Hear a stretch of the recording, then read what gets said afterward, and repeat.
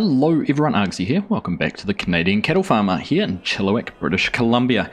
It's been some time actually since we've been here in Canada checking things out on the farm, and we've got the Mac backed up here to the loading ramp, and we've got 48 of our limousine cattle in the back. We're having a bit of a clean out. Well, when I say clean out, we're actually incredibly short on feed. The silo with the maize silage in it, that's completely empty. We've got no more maize. Plenty of grass, plenty of hay, plenty of straw, but the maize, which has been one of the key ingredients in our feed mix, is all out. So we've actually had to buy some more feed in to keep the cows going, and we've made the decision that the beef cattle are getting to the point where it's worth selling them. So we've loaded up the 48 of the limousines here. You can hear the Angus. I think they're getting a little bit anxious because they know they're next. And we're going to get them loaded up as well and get them all sold to see how much money we end up with. Things are looking pretty good on the farm, very lucrative. We've got plenty of money, no shortage at the moment, so we're going to have to figure out what we're going to do with that. A few loans, a bit of investment still to go. Other jobs, well, this field's not quite ready to harvest. This is a July job. We'll let it get through to full growth. The wheat's not quite ready yet. That's probably going to be July as well. And then we've got our maize over in that direction, which will be hopefully ready to chop soon and get put into the silo. But I think we're going to have grass and wheat to do before then. Anyhow, we'll worry about that when we get to it, because for June we need to go and get these animals sold. So we'll go and get that sorted, get them down to the dealer and see how much we make off this trailer load. And then we'll have a look and see how much we make off the Angus. So let's jump in, go for a drive. And just as we make our way down to the animal dealer, I just wanted to talk a little bit about the series and what my plans are for it. As a lot of you have known, I've taken a little bit of a step back from Farming Simulator over the last couple of weeks, just to give myself a chance to refresh and get reinvigorated with things.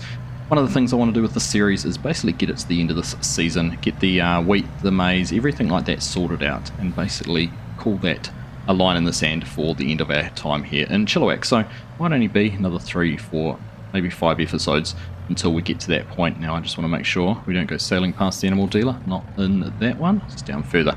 But that is the plan. Now I fully intend that when I get to that point, we'll make the save available for anyone who's interested to carry it on and basically follow on from where we've got to and take their own path here in Chilliwack with what we've done. So that's kind of where I'm thinking. It's going to be the same for a couple of other series. I'm sort of looking at doing the same, and that's kind of to give myself a chance to have a full refresh, but I do want to get things finished. I've invested a lot of time here in Canada, here in Chilliwack, and I've really enjoyed it, so I do want to get this kind of to a logical point to be able to hand it off to someone else. So that is what we're thinking. Anyhow, we're up here. This is the dealer just here on the left. We'll get pulled in, and let's go and see how much we're going to make. So back in here, let's bring up the trigger. We'll move all 48 of these over. Look at that price, $2,769 each. So it looks like we sell them, we're going to get $132,000. That's not a bad little return for us. I can't remember what we bought those for. Was it $1,150 each? So we would have paid $55,000. So we've made about 80 grand. The question would be whether the amount of food that we've gone through to get them to this point was worth it or not. I'd hazard a guess and say yes, it was. They're not huge consumers of food. They didn't need a lot of food, they mainly the cows, which are really hungry and using a lot of our feed. So they've been pretty easy to keep on top of, which bodes well, I think, for making a decent amount of money off them. Anyhow, that was the limousines sold. Let's head on back down to the farm, go and grab the Angus and see what we can get for them. So that is a full load of Angus. We've got 48 in here. I actually forgot we had more Angus than we did limousines. We did get 3 truckloads when we first bought the animals, so we've got 3 truckloads to go and get sold, which yeah, it kind of makes a little bit more sense why the Angus seem to be going through their food a little bit quicker than the limousines. But like I said, it's been a while since we were here buying these animals, so I'd kind of lost track actually of what numbers we had with them split around the different pens. So yeah, 2 loads of Angus to get done. So we'll take this one down, we'll get a fair idea once we sell this what we'll get from both of them, and yeah, we're looking forward to seeing how much money we have in our bank account. But it should be quite a grand total once we're finished. Right, so Angus to unload. We'll jump in here and get all 48 of these put into the shop. Let's click through and go to there. And pretty much exactly the same price, $132,920. So we'll add that in there. Will that take us? It does. It takes us over 1 million in the account. So again, happy to see that. One more load to go as well, so we're going to end up at $1.15 million. sitting here in our bank account very, very soon. So let's go and get these last lots sold, and well, we might just sit there and admire our bank balance for a wee while. And there we go, all sold, another 132 grand. So we've pretty much ended up with $400,000 today off selling all of our beef cattle. So that is that's a huge amount of money to add into our account. I've been thinking while we've been driving back and forth, maybe it's time to upgrade our harvester. I'm not sure. We'll have a look, we'll have a think about it. We do need to get into the wheat very, very soon. Maybe we need to look at a more efficient way to do the maize. Not sure. Perhaps we need to put in a second harvest store so we can get the maize put up into that rather than having to use the bagging machine. Lots of different options, things we could invest in. Plus, we'll need to clear some of that debt I would like to hand on to the new owners when we get to that point, with it having no debt. That would be one of the key requirements. So we'll give it some thought, figure out what we're going to do. Let's get back to the yard, get things parked up. We're going to skip ourselves forward into July and see what work there might need to be done. So welcome along here to July. We've skipped forward, like I said, and we've got the worker in here starting to mow this grass. Like I said, this grass was going to be well and truly ready, so we're going to get them in here and get them started. I think we might make this field into some hay. I'm not 100% certain yet, but I reckon that's probably what we're going to need the most of. We just go over here, have a quick look at our feed supplies. I know there's no maize, and there's not going to be any maize for a wee while. We do have that whole crop silage there, lots of straw, and then we've got that little bit of clover hay in there. So I think our best bet might be to make some hay out of that field and just have that there, because we can't actually make any more silage in the bunkers because we do have both pits full. I suppose we could wrap some bales if we wanted to, use the bale wrapper and do that, but I think our best bet is going to be to make it into some hay. We will still have the other field over there that we could probably get another cut off as well, but first things first is to get the maize done. But that is still actually another couple of months away. I was looking back at our planting dates and its maturity date, and we can't actually get in there and chop that. Well, to make the most of it and get the best value out of it, we can't chop it till September, so we're just going to have to persevere with buying in some feed for the next couple of months. I might have a look and see if we can make a mix out of grass silage and hay and straw. Go back to a little bit more of the traditional TMR mixes rather than the Maize Plus ones. I'm pretty sure that's an option, so we could even try and give that a go and see how it works out. But first things first, our job today is to get in and get the wheat harvested. We haven't done anything about replacing combines or upgrading combines. We are going to carry on here using the New Holland, so we're going to get that out. Both wheat fields are ready. We've got the one down past the grass field and then the one over the road. We're going to go and start on the one over the road. Just let the worker have the best run possible in the grass field without us going back and forth across it. It'll be good to get it mowing, and that will give us a way to be able to get into the field and get things sorted. So just going to spend a few minutes here, a little bit of time to get everything all over into the field and set up. We have to bring the header over, we've got to grab the grain cart and also get the truck set up and get into doing our harvesting. Now, I just noticed we had an obstruction. I wonder why that's blocked. See any reason? It's blocked over there by a tree. You can just see it over on the horizon above the loading races. So it must be a tree or something that's just got a little bit close and blocked it. So we'll go and sort out that worker, get them moving again as well, and then we'll get started on some wheat. So I think we've got everything over here we need. Grain cart, truck, header, combine, I think is all we need to really get started here. I do want to obviously bale the straw, so what I'm planning on doing, we're going to set another worker going here on the combine. We're going to run grain cart, and then once the field's opened up a little bit, we will look to come over here with the baler. We'll start doing some baling while the combines are still running, but we need to get this all unfolded. Just going to cut into the field just a touch, just to get it opened up, and then we'll set the worker up and running.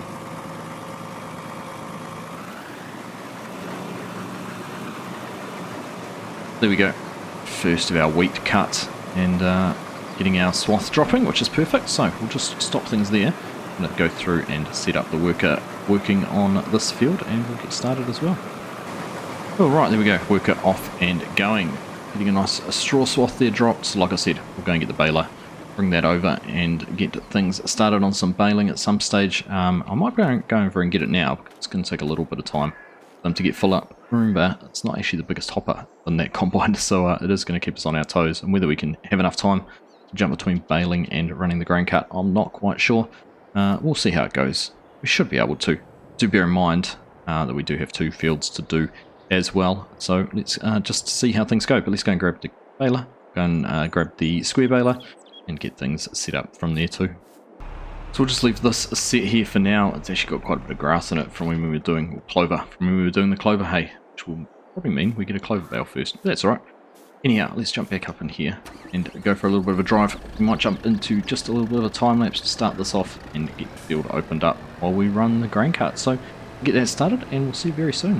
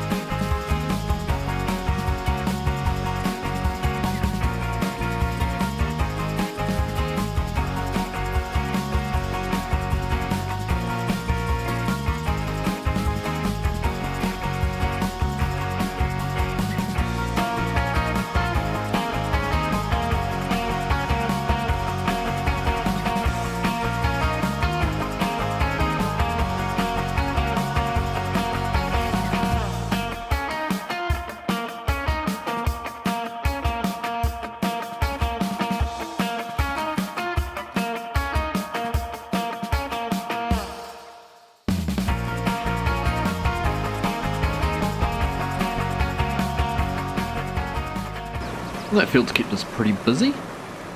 Been jumping between grain cart and tractor and truck. A baler and truck, of course. Getting things done, but it's about finished. We've taken 2 truckloads over, and we're probably going to be almost full, if not full, once we've got this cart emptied out into it as well. So that's good. Good amount of wheat coming off here, and a good amount of bales too. So they 9,000 litre plus bales, which will actually work out really well for our TMR mix, because we can only have 20% in the big mixer, 64,000 litres, so we can only have about 12,000 litres worth of straw. So a 9,000 litre bale, nice round figure, just to throw one of those in and be done with it. But here we go. Let's get to the end. Last little bit of grain out of the combine, and we'll get things packed up and moved on to the other field. I have been keeping an eye on the swather over the fence.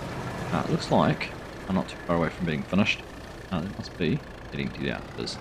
So yeah, like I said, get there. They're not too far away from being finished. And we'll be able to get in there and get the tedder going and things like that, making the hay. So that is the plan. Anyhow, let's go and get this dumped out, get the truck moved, and before we do anything else, we are going to finish off with baling this straw. Perfect. Empty grain cart, just about full truck, so that has loaded very well for that. I'll just park this here, get everything switched off, and then we're going to go and jump back into the baler for a bit. Here we are, back in the baler. We're going to carry on and get all this straw done. It shouldn't take too long. There's not too many up and down rows to do, and we're running at 11 miles per hour, which is a nice little clip. We've got a little bit of the headland still to finish. Obviously didn't want to take the pass down the edge just in case the header overlapped, but yeah, working out pretty well. Going to have a few bales to pick up. Again, the other benefit of having the bigger bales and the bigger capacity bales is less for us to handle when it comes to the time to load them up and take them out of the field. So we'll carry on. This one done, and get everything moved over to the next one.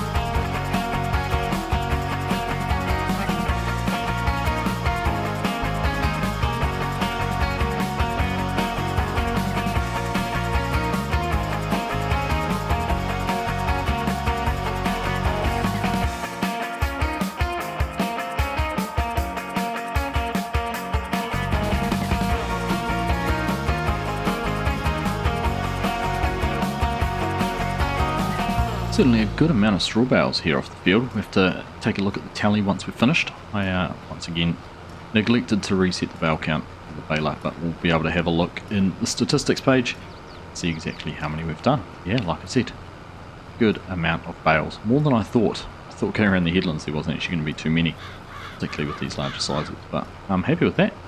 It's going to be good. So we'll finish off here, get these last ones done. The swather popped up to say they had finished over there, which is good. So, next task, we'll get everything moved down and set up in the wheat field. I think we'll probably save that wheat field for another episode. We'll focus on getting that done, getting the grass tedded and possibly windrowed while we're down there working in the wheat field, and also even see if we can get it baled. Good, there we go, all done. There's a few pieces here and there, I haven't been that precise with it, just a few bits with the size of the pickup and things like that, but for the most part, we've done a pretty good job. So we'll get this back over down the other end. We'll eject these last couple of bales, and we'll head on over, get it parked up, and get all the other equipment recovered from the field here. We'll fold that up, and just while we're doing this, 51 bales. I just did a quick look at the stats page. So 51 bales of straw in there. It must be about 400,000 litres of 450,000 litres, even if they're about 9,000 litres each. So that's not too bad. I'm pretty impressed with that. Very nice indeed. Right, I'm going to get this parked up over this way and go and get all the rest of the equipment. Get the last of the wheat dumped as well and see how much wheat we ended up off that one field. We're very close to a full load, 96%, 36,000 litres. So we'll just get this in here over the pit and we'll get it unloaded. See how much we ended up off that field. I would have a look in our time-saving stock check. Love how fast this trailer unloads. It is probably a little bit unrealistic, but it's nice and fast all the same. Let's get that last one dumped out there. It's a very good place to leave the truck parked anyhow, so get that done. Turn that off. Let's just take a look and see how much wheat we ended up with. 111,000 litres off the field, 52 grand once it reaches max value in January. So that's that bodes well. We have one more field to do down the back, which is probably a little bit bigger too, so should hopefully yield us a little bit more. Let's take a quick look here. Windrow's over in the corner. I've done a good job getting this grass mowed, so we'll be able to get in here next time with the tedder, get the list prepped and ready to make some hay. That will be fantastic.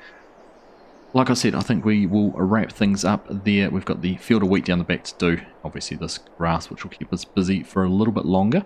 And then we're going to have the other grass over there and the maize to get done before we'll be in the point to we can wrap things up here and move on from the Canadian cattle farmer. Now, thank you all very much for watching. Hope you've enjoyed this episode and we'll catch you in the next one.